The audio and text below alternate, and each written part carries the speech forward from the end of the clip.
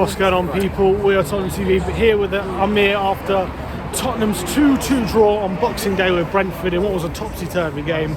And it's a bit like Spurs have never been away though, isn't it? With the way we were kind of poor in the first half again, didn't come out the traps, looked lethargic, looked slow, and they took us going in this case 2-0 down to wake us up. And I feel like, again, it's a common theme. First half's not very good, second half's finishing strongly, and either we get the win or we leave it too little too late. In this instance, we left it too little too late, but I mean, it's just these two different sides to Spurs, which I'm just struggling so much to comprehend with. Like, I don't know which Tottenham I should believe is the real Tottenham. What is the real Tottenham? First half or the second half? I don't know. That's the thing, Sim. I actually don't know. First half, it was so sloppy, shocking, barely doing anything. And then, like you said, it takes that second goal almost like a nail in the coffin for us to get up off our arses and start playing football. And then we suddenly look amazing. At 2-0 down, we're putting in great balls into the box. We're controlling things as well. We're getting it into their penalty area with regularity. I don't have a logical explanation for it. But I think Conte, needs to work on some type of psychology with the players and coming out of the traps. You would have thought during the World Cup, he would have done something to address this issue, which keeps rearing its head, and it's happened again. And it's like we're two different teams, the first half team and the second half team. Jekyll and Hyde. Exactly. In terms of how the game went, sloppy first half and a sloppy first goal we conceded, which was from, I think, Yanal, like freedom of the penalty area to kind of slot it home after not being picked up in the box. Second half, I mean, what is Eric Dyer doing to that second goal? A sloppy slice. Only he knows. It's a proper Eric Dyer moment, isn't it? That second goal for Brentford. You knew a goal was coming.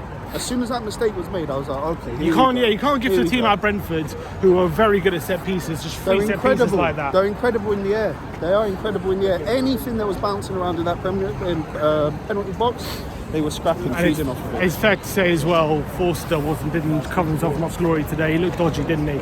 And the number of times they were getting it in the box, it was worrying, to be honest. Yeah, he looked a bit out of practice and a bit slow as well, coming off his line a couple of times. But none of our players really shone, apart from Harry Kane, as always. And I thought Kulusevski was a threat. Kulu was a threat, but not one of his best games.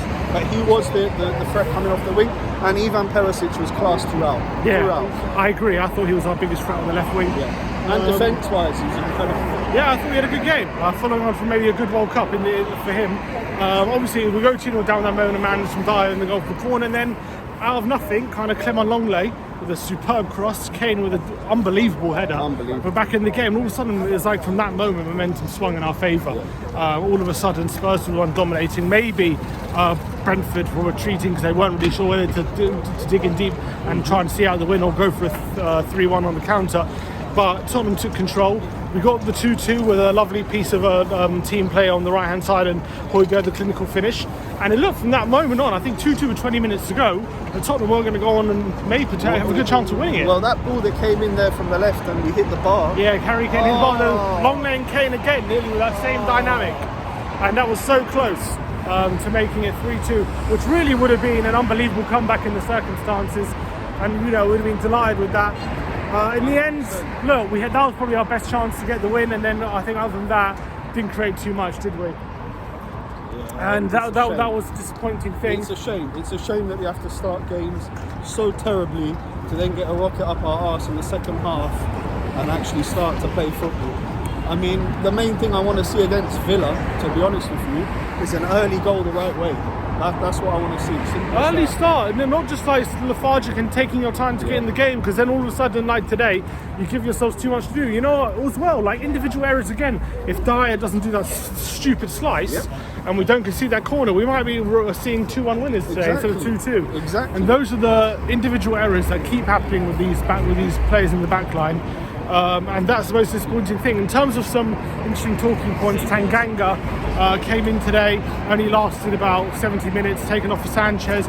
Didn't have a great game, I felt. Didn't take his chance to really put himself in the first team conversation. No, he didn't. Unfortunately not. I really hope Jaffa will have a good game. They seem to struggle to cope with the physicality of the Brentford defence. They seem to really put that ball down his side a lot and get some joy down there. And unfortunately, you know, he had to come off and Sanchez came on. But Yeah. guys, this is the problem. Your Sanchez's, your Tangangas, in a trophy-winning squad, these players, they're not there. They're at other clubs. Yeah. They're not at Tottenham Hotspur. And until we sort out this back line, I can see us going like this for the rest of the season. Yeah, I agree. I think these defenders definitely the upgrades. I think Conte knows that, and that's what cost us.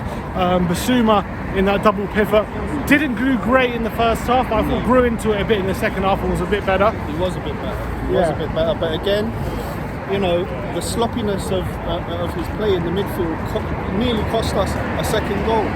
There was marked offside. Yeah, true. So you know, he's got to improve on those things. I'm sure Conte will be in the video room after showing him these things and making him aware that you can't be losing the ball in your own half like that and letting the team counter. It's just terrible midfield play, really. But in terms of positives, Harry Kane getting the score sheet on his first game back from World Cup. Hopefully he can put the World Cup behind him now. Yeah. And that was a brilliant header as well. Brilliant header. What a finish. How high did he get up there? Brilliant. Up in the Guided into that far corner. Beautiful. And obviously so close to a second to a winner as well, which would have been great. But very good. It was a nice to see Spurs fans showing their support for him today. Before the game. That was never in doubt, though, was it? No, it wasn't. And I think the biggest winner, honestly, of this match is the Spurs support. We had absolutely phenomenal support out here at Brentford away. The songs, the banter, Ivan Toney getting grief for his betting woes. And you know, I think we were the thing that pushed us to get that second goal. And hopefully next time you'll see us come out, and hopefully it'll be us scoring the early goals again today. All right, we don't play till New Year's Day now, so we'll definitely be back in action, back at the game there. That's it. Looking forward to New Year's Day. When does that point leave us, really? It's not a great point in the circumstances. Is it, considering we were 2-0 down, is it a point gained or 2 lost? I still think it's 2 lost. Even given the situation today, we're coming to Brentford away. We want to cement our place in the top 4. We want to crumble up to 3rd and 2nd and get above Newcastle. And instead we come here and we just shoot ourselves in the foot. And as well, when you drop points like this, like we have done when we've been behind and clawed it back, but has been a bit too little too late, you can't keep saying that it's 1 point gained in the circumstances when the circumstances keep reoccurring. Exactly. So I think today was part of that. I think today was another example of that. But I think it do still keep us in the top 4. I don't think anyone can knock us out for now. But we can take heart in the fact that we just showed character again. Maybe that'll be more encouraging for like a Champions League run. But in terms of like pushing the top 2 or anything in the league, you can't keep getting these results. That's the most disappointing thing. So we'll move on. 2-2. Who's the man of the match? Did you say? For us, it's got to be Ivan Perisic. I thought he was our best player today, to be honest with you. I'm going to give it Kulusevski for me. I thought he was a bit of a threat down the right-hand side. And I don't know, it looked like he thought he got an assist, but maybe he didn't for the second goal. I thought he was probably our brightest attacker. Anyway, let us know in the comment section below what you thought of the game today. Finished 2-2. What does that mean for our season? Let us know in the comment section below. Like, subscribe and comment. And as always, come on, Spurs.